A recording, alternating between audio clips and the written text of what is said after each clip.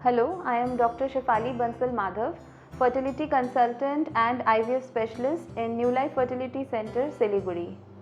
IVF और fertility treatment को लेकर बहुत सारे मिथ और मिसकंसेप्शंस हैं जो जनरल पब्लिक में ऑलरेडी हैं। तो ऐसे बहुत सारे क्वेश्चंस हमारे पेशेंट्स या जनरल पब्लिक जो हैं हमसे पूछते हैं, जिसे क्लैरिफाई करने के लिए मैंने आज ये वीडियो बनाया है। सबसे पहले जो है पेशेंट्स जो हमसे पूछते हैं वो ये पूछते हैं कि क्या कंसीव करने के लिए इनफर्टिलिटी पेशेंट को IVF is the only option. तो ऐसा नहीं है। कंसीव करना जो है नेचुरल कंसेप्शन के जो बेसिक जो मेथड है, जिसमें कि egg quality, sperm quality, tube and uterus, these are the 4 main things जो नेचुरल कंसेप्शन में हेल्प करती है। किसी भी इनफर्टिलिटी पेशेंट को जब हम इवैल्यूएट करते हैं तो हम इन बेसिक टेस्ट को पहले चेक करते हैं। फीमेल फैक्टर के लिए उनका एग क्वालिटी, ट्यूब खुला हुआ है कि नहीं, फेलोपियन ट्यूब में कोई ब्लॉकेज है कि नहीं, और उनके जो यूट्रस है वो नॉर्मल है कि नहीं, और हस्बैंड फैक्टर जिसमें कि सिंपल स्पर्म एनालिसिस और कुछ हार्मोन टेस्ट्स। अगर बेसिक इवैल्यूएशन में सब कुछ नॉर्मल है, पेशेंट अगर यंग कपल है, मैरिज को बहुत ज़्यादा टाइम नहीं हुआ है, तो ऐसे कपल्स नेचुरल ट्रीटमेंट्स या फिर IUI जैसे सिंपल एंड नेचुरल ट्रीटमेंट से कंसीव कर सकते हैं। तो ज़रूरी नहीं है कि हर एक पेशेंट को IVF की ज़रूरत हो। सेकेंड मिथ जो है वो ये है कि IVF बहुत कॉस्टली ट्रीटमेंट है और सिर्फ रिच लोग ही इसको अफोर्ड कर सकते हैं। तो ये भी एक मिथ है, क्योंकि IVF की सबसे पहले हमें देखना है कि किस पेशेंट को IVF की रिक्वायरमेंट है। जो पेशेंट्स सपोज़ किसी की एज बहुत ज़्यादा है, या फिर ट्यूबल ब्लॉकेज है, या फिर बार बार IUI करने से वो कंसीव नहीं कर पा रहे हैं, या फिर हस्बैंड में सिवियर मेल फैक्टर है, तो ऐसे पेशेंट्स को IVF की ज़रूरत पड़ सकती है। जो बेसिक ट्रीटमेंट IVF है उसके लिए बहुत ज़्यादा कॉस्टली ट्रीटमेंट करने की ज़रूरत नहीं है। इनफैक्ट अभी जो हैं लो कॉस्ट IVF प्रोसीजर्स अभी अब प्रेजेंटली अवेलेबल हैं, जिसके अंदर जो मिडिल क्लास पेशेंट है या फिर जो उतने अफोर्डिंग पेशेंट नहीं हैं वो भी IVF कर सकते हैं। जो थर्ड मिथ है वो है, पेशेंट्स हमसे पूछते हैं कि IVF करने के बाद या फर्टिलिटी ट्रीटमेंट करने के बाद हमारा बेबी नेचुरल बेबीज़ की तरह नॉर्मल होगा कि या एबनॉर्मल होगा, या उसकी डेवलपमेंट में कोई डिफेक्ट्स होंगे। तो ये एक कंसर्न है जो बहुत सारे पेशेंट्स फेस करते हैं। अब जो है IVF नया प्रोसीजर नहीं है, बहुत सालों से IVF प्रोसीजर हो रहा है। जो अर्लीस्ट IVF प्रोसीजर था वो था 1978 में, जो UK में फर्स्ट टाइम जो IVF हुआ था। मिलियंस ऑफ बेबीज़ जो हैं अब IVF से बॉर्न हो चुके हैं, और इन बेबीज़ के लिए जो डेवलपमेंटल स्टडीज़ हैं और जो फॉलोअप स्टडीज़ हैं, वो बहुत सारी फॉलोअप स्टडीज़ अब वर्ल्ड में अवेलेबल हैं, जो सभी स्टडीज़ ये दिखाती हैं कि IVF बेबीज़ जो हैं वो नेचुरल बेबीज़ की तरह ही नॉर्मल डेवलप भी करते हैं और ग्रो भी करते हैं। तो ये जो है मिथ है कि IVF बेबीज़ जो हैं वो नेचुरल बेबीज़ से डिफरेंट हैं या फिर उनमें डेवलपमेंटल डिले होती है।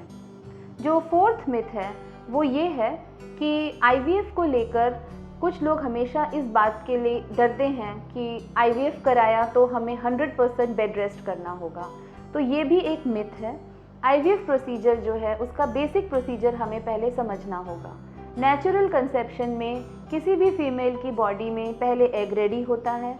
ओव्यूलेशन के टाइम पे हस्बैंड और वाइफ जब टुगेदर रहते हैं तो स्पर्म उनकी बॉडी में जाते हैं और फर्टिलाइजेशन होती है, और फिर ये जो एम्ब्रियो या भ्रूण तैयार होते हैं वो यूट्रस में इम्प्लांट होते हैं। नेचुरल प्रेगनेंसी का ये मेथड है। IVF ट्रीटमेंट नेचुरल प्रेगनेंसी से डिफरेंट कैसे है? IVF ट्रीटमेंट में हम इंजेक्शंस देते हैं जो एग्स को रेडी करते हैं। जब आप ये इंजेक्शंस ले रहे हैं, अराउंड 8 to 10 डेज़ ये इंजेक्शंस चलते हैं। इस बीच जो फीमेल है वो अपनी रेगुलर एक्टिविटी, अपना रूटीन वर्क सब कुछ कंटिन्यू कर सकती है। अगर कोई वर्किंग फीमेल है तो वो ऑफिस का काम कर सकती हैं, जॉब पे जा सकती हैं, उसमें उनको बेड रेस्ट की कोई ज़रूरत नहीं है। जो एग्स को निकालने की प्रोसीजर है वो अंडर एनेस्थीसिया होती है। इट्स अ माइनर प्रोसीजर जिसमें 15 to 20 मिनट्स का समय लगता है। उस दिन जो है पेशेंट को सुबह एडमिट किया जाता है और आफ्टर 3 to 4 आवर्स पेशेंट जो है सेम डे अपने घर जा सकते हैं। और फिर जो है इन एग्स को स्पर्म के साथ फर्टिलाइज करके लेबोरेटरी में एम्ब्रियोज को तैयार किया जाता है। एम्ब्रियोज बनने में 3 to 5 डेज का समय लगता है। अब इन एम्ब्रियोज को ट्रांसफ़र किया जाता है। अगर यूट्रस उस साइकिल में वेल प्रिपेयर्ड है तो फ्रेश एम्ब्रियोज को ही ट्रांसफ़र किया जाता है। अगर यूट्रस उस साइकिल में वेल प्रिपेयर्ड नहीं है तो नेक्स्ट साइकिल में इन एम्ब्रियोज को फ्रोज़न फॉर्म में हम रख देते हैं और नेक्स्ट साइकिल में फ्रोज़न एम्ब्रियो ट्रांसफ़र किया जाता है। जो एम्ब्रियो ट्रांसफ़र प्रोसीजर है it's a very simple procedure. उसमें हार्डली 5 to 10 मिनट्स का समय लगता है। मोस्टली जो पेशेंट्स हैं वो विदाउट एनेस्थीसिया ये प्रोसीजर कंप्लीट कर पाते हैं।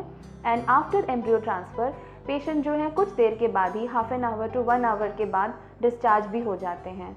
नेक्स्ट 15 डेज़ जो सपोर्टिव मेडिकेशंस या इंजेक्शंस हैं वो पेशेंट घर पर ही ले सकते हैं। इसके लिए पेशेंट को हॉस्पिटल आने की ज़रूरत नहीं है। And during this time patients home rest में रह सकते हैं। कंप्लीट बेड रेस्ट या 100% बेड रेस्ट की ज़रूरत नहीं पड़ती है। होम रेस्ट का मतलब है कि पेशेंट अपनी रूटीन एक्टिविटी कंटिन्यू कर सकते हैं।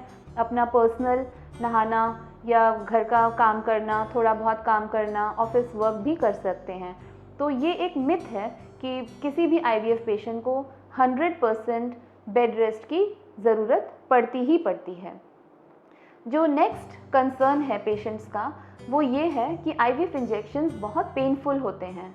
अब IVF इंजेक्शंस जो नए इंजेक्शंस आए हैं उसके अंदर जो रिकॉम्बिनेंट इंजेक्शंस हैं they are very easy to take. In fact subcutaneous form में अब इंजेक्शंस अवेलेबल हैं। जैसे डायबिटिक लोग अपने इंसुलिन इंजेक्शंस लेते हैं, ऐसे इंजेक्शंस अवेलेबल हैं IVF के लिए भी। जो गोनाडोट्रोपिन्स हैं, रिकॉम्बिनेंट गोनाडोट्रोपिन्स हैं, तो ये इंजेक्शंस पेशेंट इजीली ले पाते हैं। उसमें निडल साइज़ बहुत ही स्मॉल होता है, पेशेंट्स खुद से भी ले सकते हैं। और जो ट्रांसफ़र करने के बाद जो सपोर्टिव इंजेक्शंस हैं अगर वो पेशेंट नहीं लेना चाहते हैं तो उसके भी ऑल्टरनेटिव ऑप्शंस अब अवेलेबल हैं, जैसे कि वेजाइनल जेल या फिर मेडिसिन फॉर्म में पेशेंट ले सकते हैं। जो नेक्स्ट मिथ जो जनरली जो पेशेंट्स हमसे क्वेरी करते हैं वो ये है कि क्या IVF करने पर अगर फेलियर हो जाए तो क्या हम कभी कंसीव नहीं कर पाएंगे? तो ये ऐसा नहीं है। किसी भी IVF प्रोसीजर की सक्सेस जो है वो मेनली 2 या 3 थिंग्स पे डिपेंड करती है। फर्स्ट थिंग है कि उनकी एम्ब्रियोज की क्वालिटी कैसी तैयार हो रही है। उसके लिए हम लोग IVF शुरू करने से पहले ही एग क्वालिटी, स्पर्म क्वालिटी उसको असेस करते हैं, जिससे कि हमें ये अनुमान लग जाए कि जब हम IVF प्रोसीजर शुरू करेंगे तो हमें किस क्वालिटी के एम्ब्रियोज मिल सकते हैं। अगर हमें ऐसा लगता है कि एग्स क्वालिटी बहुत ख़राब है या पेशेंट की एज बहुत ज़्यादा है जहाँ पर इंजेक्शन देने पर भी अच्छे एग्स प्रोड्यूस नहीं होंगे, वहाँ पर हम एग डोनर भी ले सकते हैं। सेकेंड इम्पॉर्टेंट थिंग है यूट्राइन फैक्टर। जब हम किसी वेल प्रिपेयर्ड एम्ब्रियो को वेल प्रिपेयर्ड यूट्रस, जो यूट्रस की लाइनिंग होती है उसे एंडोमेट्रियम कहते हैं, जब उसके अंदर वेल प्रिपेयर्ड एंडोमेट्रियम के अंदर हम एम्ब्रियो को ट्रांसफ़र करते हैं तो चांसेस मैक्सिमम होते हैं। तो किसी भी IVF साइकिल की सक्सेस के लिए यूट्राइन इवैल्यूएशन, मतलब कि यूट्रस की जो लेयर है एंडोमेट्रियम लाइनिंग उसकी प्रिपरेशन कैसी है उसको असेस किया जाता है। यूट्रस की प्रिपरेशन को असेस करने के लिए आइदर हम लोग अल्ट्रासाउंड से भी चेक कर सकते हैं या हिस्ट्रोस्कोपी। ये एक सिंपल प्रोसीजर है जिससे कि कैमरा से यूट्रस को हम लोग इवैल्यूएट करते हैं। और बेसिकली अगर हमारा एम्ब्रियो क्वालिटी बहुत अच्छा बनता है, अगर यूट्राइन लाइनिंग बहुत अच्छी है तो चांसेस ऑफ कंसेप्शन बहुत ज़्यादा है। किसी भी पेशेंट में अगर फेलियर होता है तो हमें उसकी पूरी हिस्ट्री को पहले चेक करना है कि प्रॉब्लम कहाँ है। अगर हमारे एग क्वालिटी में प्रॉब्लम है तो उसे हम सॉल्व कर सकते हैं। अगर स्पर्म क्वालिटी अगर पुअर है जिसके कारण फर्टिलाइजेशन नहीं हो रहा है तो वहाँ पर हम ICSI ऐड कर सकते हैं। अगर एम्ब्रियो क्वालिटी स्ट्रॉन्ग नहीं है तो हम लेज़र हैचिंग प्रोवाइड कर सकते हैं जिससे कि पेशेंट को बेटर चांसेस मिले। या फिर अगर पहले पेशेंट का सिर्फ डे 3 ट्रांसफ़र हुआ है तो वहाँ पर हम ब्लास्टोसिस्ट ट्रांसफ़र में जा सकते हैं, यानी कि डे 5 तक हम एम्ब्रियोज़ को लेबोरेटरी में रख सकते हैं और इन एम्ब्रियोज़ से इम्प्लांटेशन के चांसेस मच बेटर होते हैं। जो नेक्स्ट क्वेश्चन हमारे पेशेंट्स हमसे पूछते हैं वो ये है कि फर्टिलिटी ट्रीटमेंट के लिए सक्सेस होने के लिए या IVF सक्सेस होने के लिए क्या कोई स्पेशल डाइट है जो हमें फॉलो करनी है? तो जनरली हम पेशेंट्स को बोलते हैं कि हेल्दी बैलेंस डाइट जिसमें rich in protein and basically homemade food with lots of fresh fruits vegetables, ये डाइट फॉलो करने के लिए हम पेशेंट्स को बोलते हैं। डाइट के साथ साथ लाइफस्टाइल मॉडिफिकेशन, जैसे कि अगर कोई पेशेंट एक्सेसिवली ओबीज है या जिसका वेट बहुत ज़्यादा है या बहुत थिन पेशेंट है, तो उनको एक आइडियल बॉडी वेट के लिए हम एनकरेज करते हैं। अगर बहुत ज़्यादा ओबीज पेशेंट है तो उनको कैलोरी रिस्ट्रिक्टेड डाइट या डाइटिशियन काउंसलिंग करवा के उनको एक healthy diet and regular exercise encourage करते हैं, specially in PCOS patients. Then one important lifestyle modification is smoking, alcohol and any form of tobacco, जो कि बोथ मेल एंड फीमेल दोनों के लिए ही हार्मफुल है। तो इसको एकदम कट डाउन करना है या फिर इसे एकदम अवॉइड करना है। जो एक और मिथ जो जनरली पेशेंट्स हमसे पूछते हैं वो ये है कि अगर हम IVF करवाते हैं या अगर हम फर्टिलिटी ट्रीटमेंट करते हैं तो 100% हमें सिजेरियन डिलीवरी के लिए ही जाना होगा। So this is also a myth. IVF procedure जो है वो कंसेप्शन को हेल्प करने के लिए है, यानी कि जो प्रेगनेंसी को एस्टैब्लिश करने के लिए।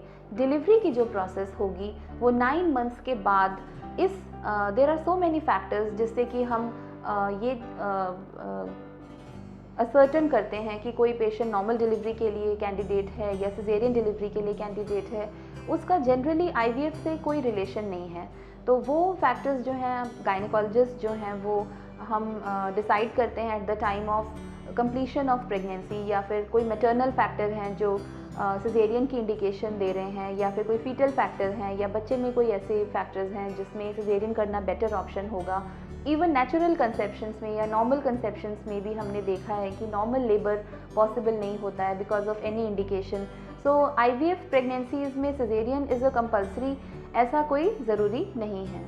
तो ये कुछ मिथ्स हैं जो हमारे पेशेंट्स जनरली हमें क्वेरी करते हैं, और ये जो है क्वेश्चंस काफ़ी पेशेंट्स के जनरल पॉपुलेशन में भी काफ़ी मिथ्स हैं। तो अगर आपके पास कोई और क्वेरीज़ हैं या कोई क्वेश्चंस हैं जिन्हें आप क्लैरिफाई करना चाहते हैं तो आप हमसे पूछ सकते हैं। Thank you.